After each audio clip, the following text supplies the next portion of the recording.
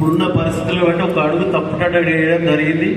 వేసినా మనకు అక్కడ ఏమాత్రం గిట్ట నియోజకవర్గానికి నియోజక ప్రజలకు నాకు ఎక్కడ ఒక ఇంటికి మందము లాభం జరగలేదు. అన్ని కోర్టు ద్వారానే చూసుకుంటా ఉన్నాం. కాబట్టి అందుకే ఆలోచన చేసి ఈరోజు కన్న తల్లిదండ్రులను మరవకుండా 3 సార్లు నాకు టికెట్ ఇచ్చి మీ అందరి ఆశీర్వాదంతో బీఆర్ఎస్ పార్టీ మీద గెలిచినా. కాబట్టి రేపు మనకందరూ మీరందరూ కష్టపడి చేసిర్రు, మున్సిపాలిటీలు చేసిర్రు, నియోజకవర్గ స్థాయిలో ప్రజలందరూ చేసిర్రు. ఇప్పుడు 5 మున్సిపాలిటీలలో 104 మంది కౌన్సిలర్లు ఉన్నారు. 5 మున్సిపాలిటీలలో 104 మంది కౌన్సిలర్.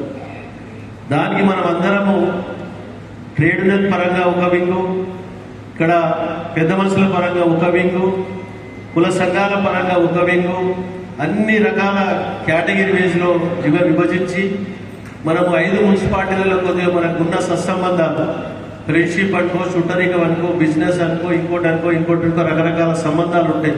మనకి 20 కిలోమీటర్ల రేడియేషన్ మన కాన్సెన్స్ మొత్తం.